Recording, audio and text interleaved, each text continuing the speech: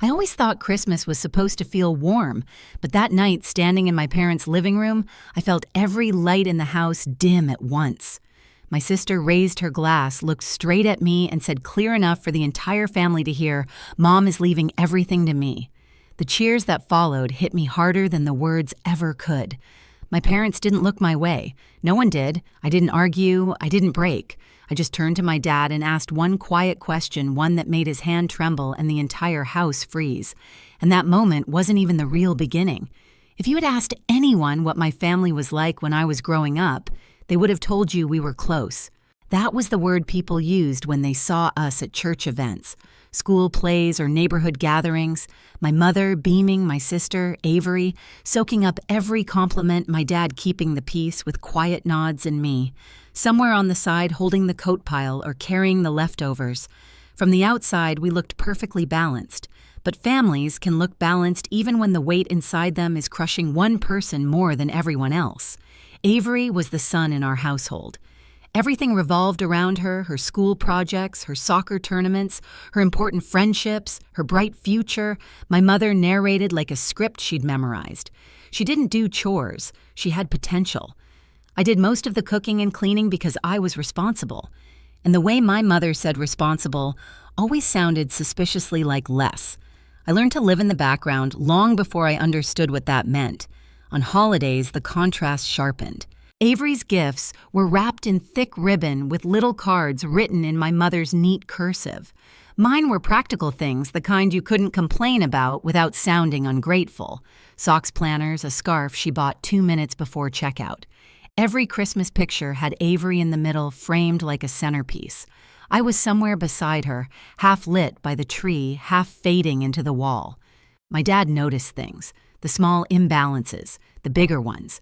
He'd slip me the nicer slice of pie after everyone left the table or ask me how work was going when the rest of the family forgot I had a job at all.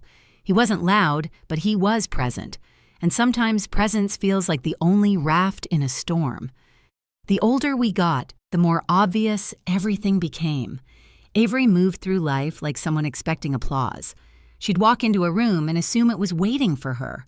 My mother encouraged it with every nod, every smile that stretched too wide, every story she told about Avery's accomplishments, some exaggerated, some almost true, all of them polished.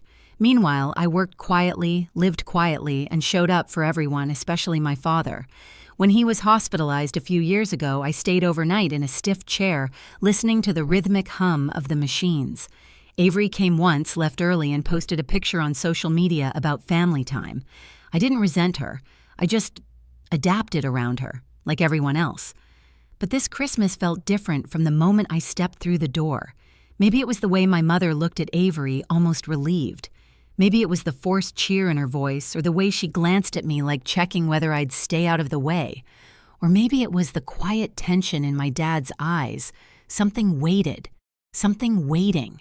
Christmas Eve always made me wonder whether love in our family was real or rehearsed. By the time the guests started arriving, the house felt too small for the number of voices bouncing off the walls. Coats piled onto the sofa, boots lined the hallway, and the smell of roasted dinner mixed with pine and cold air every time the door opened. I moved through the noise like someone threading between tides, steady, quiet, unnoticed. Avery, of course, didn't move at all. She floated. She stood near the fireplace in a deep green dress, gimme light catching in her hair, like she'd been staged for a catalog photo. Every new relative who walked in made a beeline toward her. "You look stunning, sweetheart. Your mother must be so proud. You've always had that star quality." I was close enough to hear every word, but far enough that no one thought to include me. I kept bringing out trays from the kitchen, crackers, cheese, refilled drinks, while Avery talked about her job, her plans, her busy life. My mother hovered beside her, nodding, adding little comments like punctuation marks. "That's why Avery will be managing things when we're older," she said, once loud enough for the whole living room to hear. "She just has the natural leadership." It was meant to sound casual. It wasn't. A few relatives glanced at me, quick, polite looks. People give the sibling who wasn't chosen. I felt the familiar pinch in my chest, but swallowed it down. I'd lived with those comments my whole life. They didn't crush me anymore. They just pressed a bruise that never fully healed. I slipped back into the kitchen, letting the laughter fade behind me. My dad was standing at the counter, pretending to adjust the temperature on the oven, even though it wasn't on. The moment he saw me, his shoulders softened. "You holding up?" he asked quietly. "I'm fine," I lied. He studied me for a moment, the kind of look that felt like he was choosing words he wasn't ready to say. Then he gave a small nod like he'd made some internal decision. "Stay close tonight," he murmured. "Just stay close." Before I could ask what he meant, someone called for him from the other room, breaking the moment. When I carried out the next tray, Avery was standing in the middle of the living room, telling a story about a major opportunity she was sure she'd get. My mother jumped in to add how Avery always lands on her feet, and how some people are just born meant to carry the family forward. The implication wasn't subtle. It never was. Dinner began conversation layered over conversation. My cousin complimented Avery's dress. My aunt asked about her future plans. My mother announced at one point that Avery had the right temperament to handle family responsibilities. People nodded as if they already understood what that meant. The table felt lopsided, like all the attention was leaning to one side, tipping the rest of us downward. My dad met my eyes across the table and gave the smallest shake of his head, like he knew the balance was about to break. And it did, just moments later. Because even though I didn't know what was coming, even though I didn't know Avery was seconds away from detonating the night, my dad did.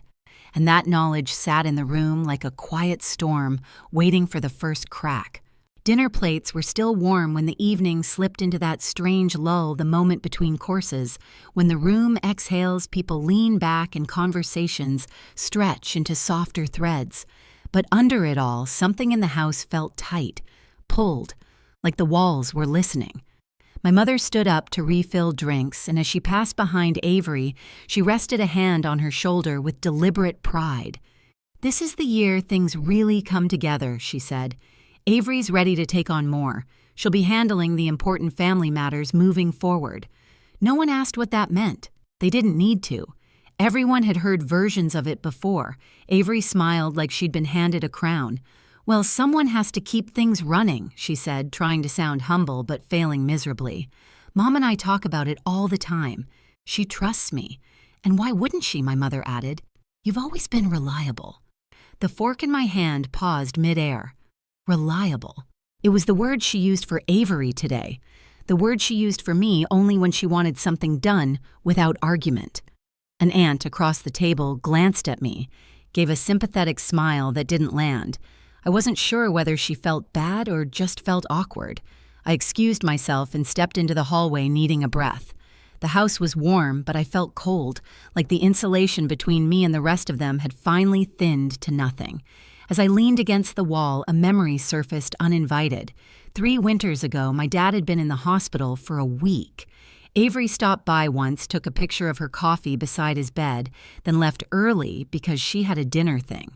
I stayed every night half asleep in those stiff vinyl chairs, adjusting his blankets, learning the rhythm of monitors. Nurses would peek in and whisper, "You're a good daughter." My mother never once thanked me, but she thanked Avery for showing up when it mattered. Remembering that now made my eyes sting. I walked into the garage to steady myself. The cold air hit my face, clearing the fog. The same string lights my dad hung years ago still lined the shelves, small warm bulbs that flickered like they were holding on out of loyalty. He and I used to talk out here when I was younger, when Avery was too busy being admired to notice. As I stood there staring at the tools on the wall, my dad stepped inside. "You okay?" he asked. I hesitated. "Mom's making it pretty clear who she wants running things." He nodded, eyes softening. "She's been doing that for years." "I know," I said quietly, "but tonight, it feels like she's erasing me entirely." He exhaled slowly, like he'd been carrying the weight of that truth for too long. "Emily," he said, stepping closer, "you're not invisible. Not to everyone." His voice had a tremor, small but telling. I searched his face. Something was there, something heavy he hadn't said. "Dad, is there something I should know?" He didn't answer. Not directly, he just placed a hand on my shoulder, firm and grounding. "Just be steady tonight," he whispered. Some truths need the right moment to be spoken. Before I could ask anything else, someone called from the living room, and just like that, the moment broke. But my father's words didn't leave me. They settled in my chest like an ember, quiet waiting. And I didn't know it yet, but that ember was seconds away from catching fire. When we walked back into the living room, something in the air had shifted. The chatter was louder, looser, fueled by wine and the illusion of holiday peace. The fire crackled softly, throwing gold light across the room. Avery stood near the center, exactly where she always ended up, like gravity bent toward her. My mother hovered beside her, refilling her glass before she even asked. Someone clinked a spoon against a wine glass. "Speech," a cousin called out. "It's Christmas, Avery. Say something." Of course they wanted her to speak. Avery never missed a stage. She lifted her glass, smiling like a woman who knew she already had the room. "Well," she began, "this year has been special. And tonight is even more special." She paused just long enough for anticipation to thicken. "Because Mom and I have been talking." And she glanced at my mother with rehearsed affection. "Mom is leaving everything to me." The words fell like ornaments crashing to the floor. For a moment I thought I misheard. But then the room erupted applause, laughter. Cheers, people raising their glasses like a royal coronation had just taken place. The room cheered. My mother beamed with blatant pride, nodding as if she expected this reaction, as if it confirmed something she had believed her whole life. Avery shone under their attention. "We've discussed it for months." She continued, milking the admiration. "Mom wants to make sure things stay organized, and she knows I'm the one who can handle it." My stomach tightened, not just from the words, but from how easily they came, how confidently she claimed what had never even been offered to me. No one looked in my direction. No one asked if this hurt. No one asked if it was fair. My dad stood across the room, posture stiff, jaw set, eyes unmoving. If the room was celebrating, he was the only still point in it, the only one who wasn't swept up in Avery's performance. My mother raised her glass again. "Let's toast," she said. "To Avery, the future of this family." Glasses touched. People cheered louder. My heart beat in painful pulses. I didn't stand. I didn't lift my glass. My father noticed. Avery's voice floated above the noise. "Oh, come on, Emily," she said, laughing lightly. "Be a good sport. You know this stuff isn't your thing." There it was. The familiar dismissal dressed up as humor, the little jab that landed exactly where she aimed it. I looked at her, really looked at her, and something inside me went still, not broken, not shaking, just still. In that stillness, a dozen Christmases flashed through my mind, a dozen moments my mother pushed me aside so Avery could shine, a dozen times my father watched quietly, storing something behind his eyes. A dozen nights in the hospital chair when I held his hand while Avery updated her social media from a restaurant. And suddenly, the silence inside me shaped itself into one clear thought. Enough. I stood slowly. The noise dimmed around me like someone turning a dial. People noticed movement, heads turning. My mother frowned. "Emily, sit down," she whispered sharply. Avery smirked. "This isn't about you." But I wasn't looking at either of them. I turned to my father. "Dad," I said, voice steady, "want to share the real news." It hit the room like a dropped plate. His hand shook. It was subtle, barely visible, but undeniable.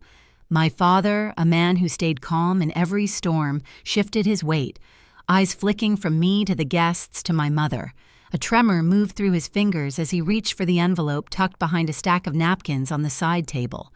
Avery's smile faltered. "What news?" She snapped, the sweetness gone, her voice cracking at the edge. "Dad, what news?" The house fell silent. Every sound shut down at once. The laughter, the clinking glasses, even the crackle of the fire seemed to hush. The silence pressed in, thick and expectant. My father stepped forward. The envelope shook in his hand. "I wasn't planning to do this tonight," he said, voice low, carrying the weight of something long held. "But since we're making announcements—" My mother's smile stiffened. "What are you doing?" He didn't look at her, not once. He opened the envelope and pulled out a set of documents. "I updated my will months ago," he said, projecting his voice now, letting each word fall clean and heavy. Everything I own, my savings, my property, my investments, goes to Emily. Gasps sliced through the silence. My mother's hand flew to her chest. What you can't we discussed? No, he said, finally turning to her. You discussed. You planned. You pushed. But you didn't ask me. And you didn't treat both our daughters fairly. Avery stepped forward, panic flooding her face. Dad, this is insane. Mom already said I don't care what your mother said. His voice cracked like a whip. She can leave you whatever she has. But my estate, everything I've worked for, goes to the child who stood by me, the child who showed up, the child who cared. His gaze landed on me. Avery's face twisted. You're punishing me because I have a life, because I don't babysit everyone's feelings. No, he said quietly. Because you only show up when it benefits you. My mother grabbed his arm. You're making a scene. He shook her off gently but firmly. The only scene being made tonight is the one you two created by turning this family into a competition. Avery's voice rose frantic. This isn't fair. You can't do this. You can't just hand everything to her. Fair. My father's voice softened in the saddest way. You want to talk about fair? He looked at me again, and in that moment, the weight of every unspoken thing between us filled the room, the hospital nights, the quiet conversations in the garage, the way I had been present in ways no one else noticed. When he spoke again, his voice broke. One of my daughters treated me like an obligation, he said. The other treated me like family. Avery's mouth fell open. My mother stepped back as if the words physically hit her ear. No one moved. No one breathed. The silence cracked first, then everything else did. The shouting started almost immediately. Avery spun toward my mother, demanding explanations she clearly thought she was owed. My mother fired back, her voice sharp. Her pride shattered in front of the very people she'd tried to impress. Their argument tangled into a mess of blame and denial, each trying to rewrite the moment that had just unfolded. My father didn't say another word. He simply stepped to my side, placing a steady hand on my back, a quiet declaration that needed no audience. For the first time all night, I felt the ground beneath me stop tilting. Relatives avoided eye contact, unsure where to stand now that the room's brightest light had flickered out. Some nodded at me with an awkward sort of respect, like they were realizing they'd been applauding the wrong person for years. I slipped toward the front door, pulling my coat around me as the cold December air rushed in. Snow drifted under the porch light, soft and slow like the world outside. Had no idea my life had just split open in the best possible way. For the first time in years, I felt the cold and it didn't hurt. Walking down the quiet street, I realized something simple. Family isn't defined by who shines the brightest, but by who stands beside you when no one's watching. That night didn't break me, it finally set me free. If you've ever been treated like the invisible one, tell me your story below. I read every comment, and if this hit home for you, stay with me. There are more stories coming, and you won't want to miss the next one.